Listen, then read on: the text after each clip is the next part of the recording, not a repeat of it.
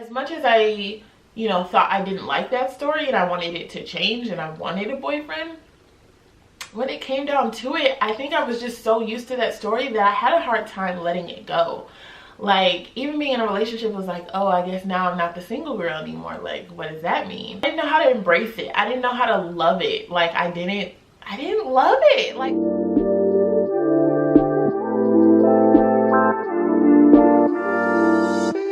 guys, welcome back to my channel. If this is your first time, what's up? Hey, I'm so glad you're here.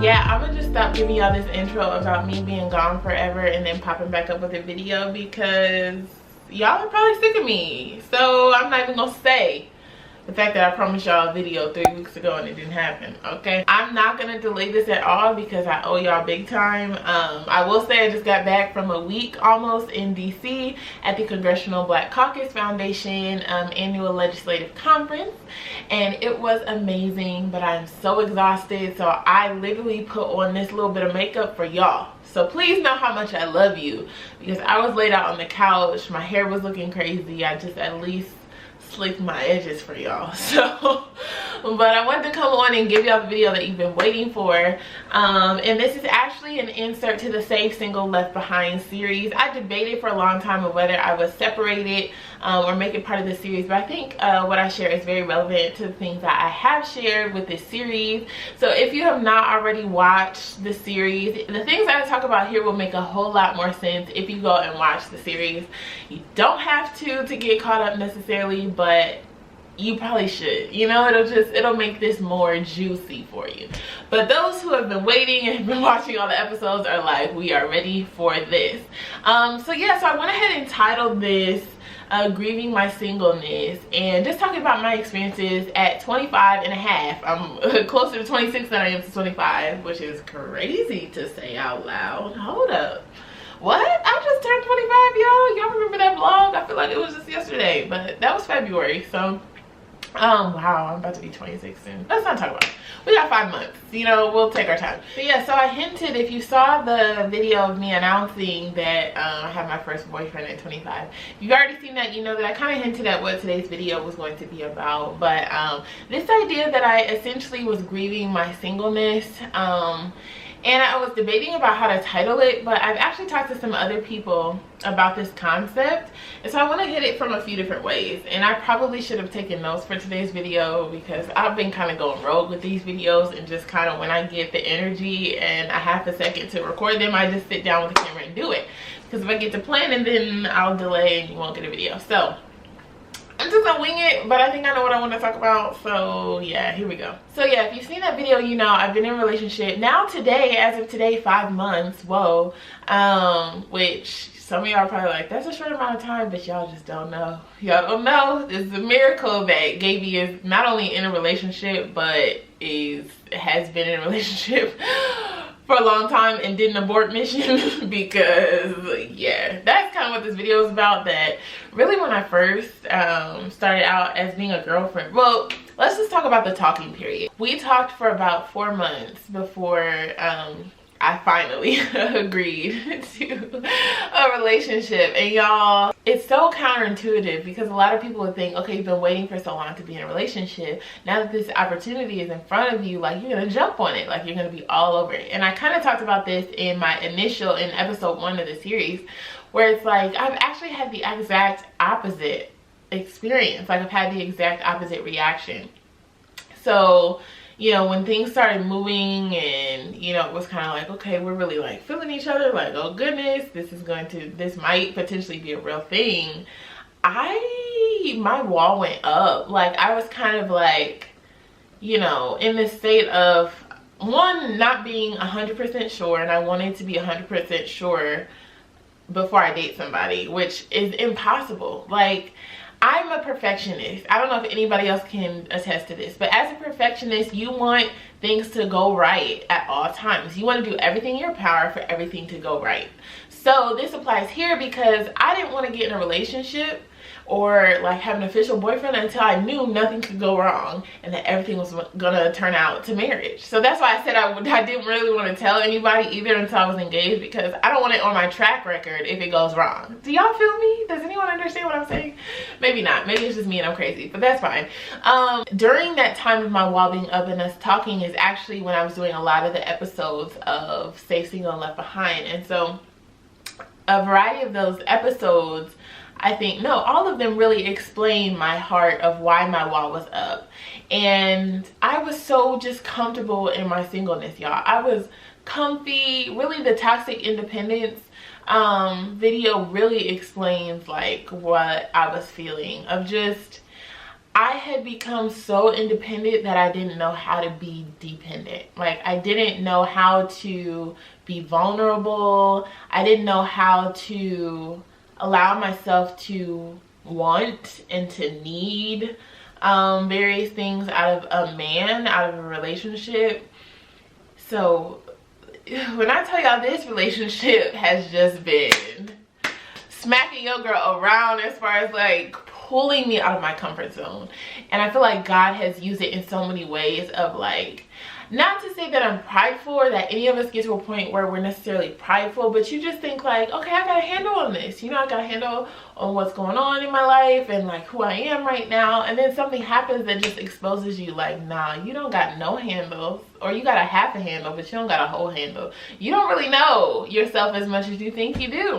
So yeah, he had to really like, and I told him from the beginning, like, you don't understand how high my walls are. And he's like, but I'm willing. I'm patient and I'm willing, and we will tackle these walls together. And I was just like, oh my God, why are you amazing? And why are you so patient? And why do you love me like this? Wow. So really him showing me the love of Christ. Now let me just say that loud and clear. Him showing me the love of Christ and having the patience with me that I believe only God could have is really what was able to break that wall down and really get me comfortable, at least to the point of saying yes to moving forward in a committed relationship with him. So when I finally said yes, which I'll save a funny story about how that happened, even still in that moment and that whole day, I was, even after the moment I said yes, it was like, abort mission. Like, sis, do you know what you just said? You don't even know what that means. What did you just say yes to? You don't even know what you say yes to. You think you know what you say yes to, but you don't know what you just said yes to. Like, sis, what is this about to be? What are we doing? I literally was like, I was happy, but I was more panicked. Like, I was just thinking of all the things that could go wrong and all the ways that this other person now depends on me, and which is not like, I say depends very loosely because no, you're still two very independent people. I was just dramatic, y'all. I was dramatic, and I was spazzing, honestly, internally. And it's so funny, I'll tell this part of it. I had texted some friends that morning. You know, my close friends are the only ones I told originally that I was in a relationship. I really did not tell, I told like 3 people, maybe 4, especially because I'm like, if I change my mind, I have like a 24-hour grace period to change my mind. So at least if I change my mind, the only people that will know are my closest friends, so I don't have to be embarrassed out here. So I told them, and they were, oh my gosh, just ecstatic, like going crazy. He and I had said good morning for 4 straight months, literally. So this next morning, after saying yes to being his girlfriend, was nothing new, but for me it was. So he said good morning, and I told him I sat there for at least 20-30 minutes. It might have been an hour, like not knowing how to respond. I'm like, how do I say good morning in girlfriend? Like, what language is that? Like, can somebody interpret my good morning in girlfriend language, please? Like, what do I say when all of them were like, sis, just say good morning? Like, why are you making it so difficult? I'm like, oh yeah, that's an option. Y'all, I was overthinking everything. So that just tells you really where my mind was, right? And then we moved forward in our relationship, and honestly, I feel like I was in a probation period for at least a month. At least, if not more. I was in a probation period of just like, all of this could go wrong tomorrow. So, you know, I don't really know what I'm doing. Like, I don't even know if I was supposed to do this, you know, which is crazy because I prayed over our relationship and everything. But most of you know, like, the way God speaks is not always necessarily a bold yes. It's not always necessarily a yes, go do this. Like, you don't really necessarily hear those words explicitly. I think God just shows us through different interactions, through different moments, through ways that you interact with someone and it reminds you of Christ. Or, you know, so that's what I say about him. I had a peace for sure, but I also had this wall and this, oh my God, I don't really know what I'm doing.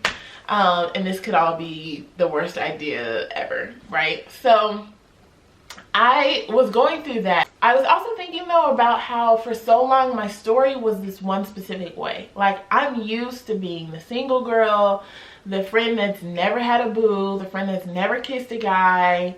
Like, that was my story. And as much as I, you know, thought I didn't like that story and I wanted it to change and I wanted a boyfriend, when it came down to it, I think I was just so used to that story that I had a hard time letting it go. Like, even being in a relationship was like, oh, I guess now I'm not the single girl anymore. Like, what does that mean? Like, oh, I've kissed somebody now. Oh, okay, so that's no longer my story as being the girl that's never kissed a guy. It was just very hard for me to make that transition. And I think it's just because I went for so long and I had so many like emotional moments as part of that journey. You know, I mean, like, I remember crying on my prom day because I didn't have somebody to go with. Now, I only cried for a little bit and I sucked it up and I said, sis, beat that face. Well, no, we didn't really beat faces back in 2012, but I had some like silver eyeshadow on. It was kind of awful, but anyways, sis, put that dress on and go have a good time. But like, I had multiple moments of just remembering how I felt and how, you know, watching my friends move on and go on dates and being their support system for their relationships and not having that. And then it's like, oh, now all these years later, I do have that, but I didn't know how to embrace it. I didn't know how to love it. Like, I didn't love it. Like, I kind of wanted to go back to the like unassuming, okay, I'm used to being single girl. Like, that was just, it was my story and I had a hard time breaking from it. I also want to go back to the point about like struggling to depend. So I don't mean depend in a sense of like, now he's my world and he has to make me happy and, you know, buy me things and do all this stuff. I don't think it was necessarily that. I think it was more so just the reality of a relationship is that it's like a partnership, you know? It's give and take, it's sacrifice and giving, it's all these different things that really require two people to be in sync with one another, you know what I mean?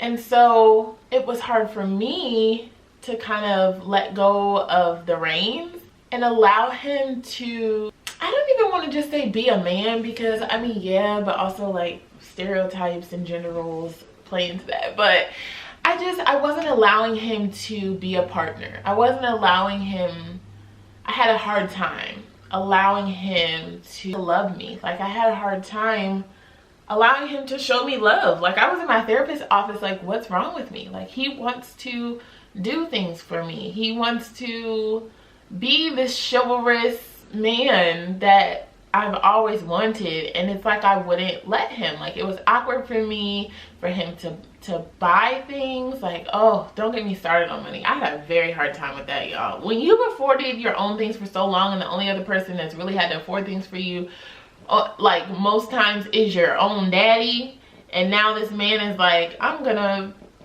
not necessarily, he wasn't like cashing out buying me things, but you know, from time to time buy me things. When we go out, he wouldn't let me buy things. Like, he would purchase, and it was just like, I don't know if I like I'm good, I don't need your money. Or like, I remember I was traveling back and forth to Indiana for like a few weekends in a row, and I was just venting to him like, these folk got me driving back and forth, and nobody asked me about no daggone gas money and how much it, you know, just like, you know how you just vent.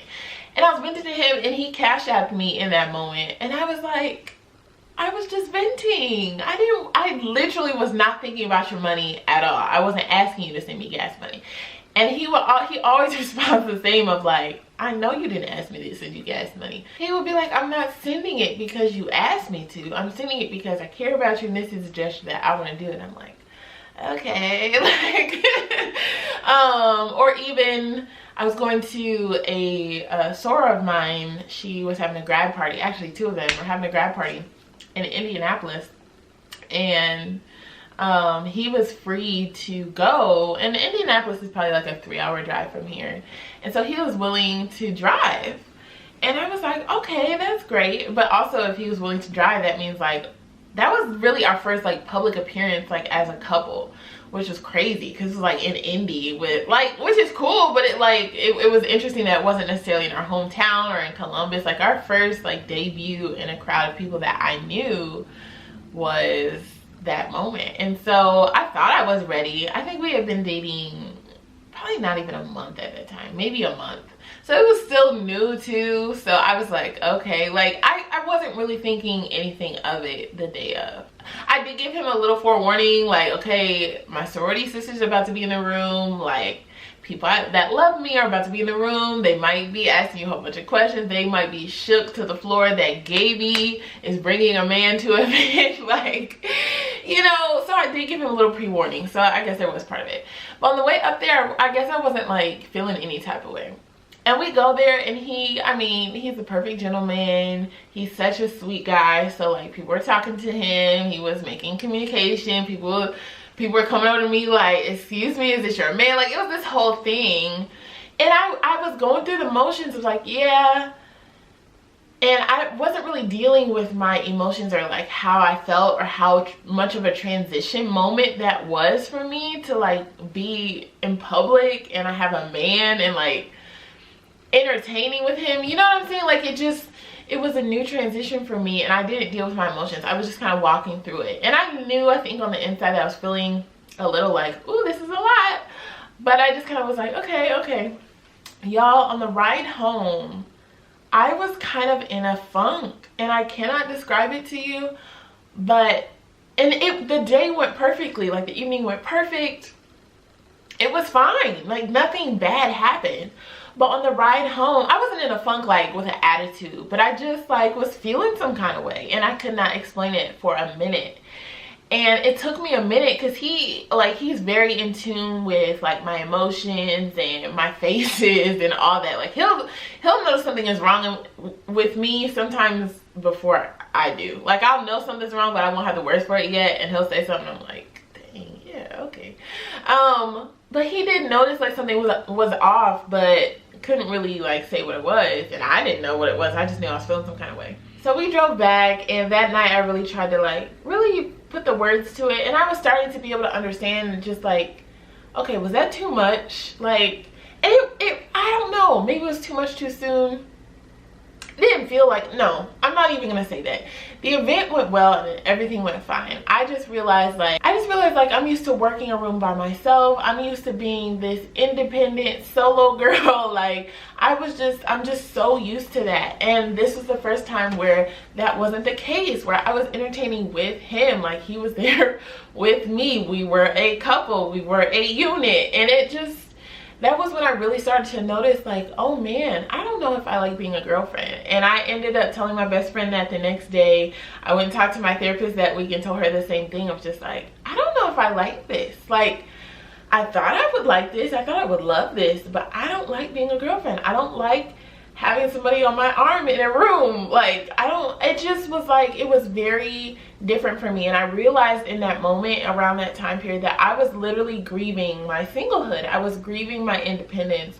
I was grieving that period of my life where it was just me, and I only had to worry about me. And yeah, now I will say I did eventually get over it. I mean, obviously, because 5 months later, here we are. It didn't necessarily negatively impact our relationship. One, because this man just has the patience of, who is patient? Whoever is patient in the Bible, child, he got the patience of them and Jesus combined. I don't understand. He has been so patient throughout this process, because your girl has had to go through multiple phases of just what the heck is going on, and do I even like this?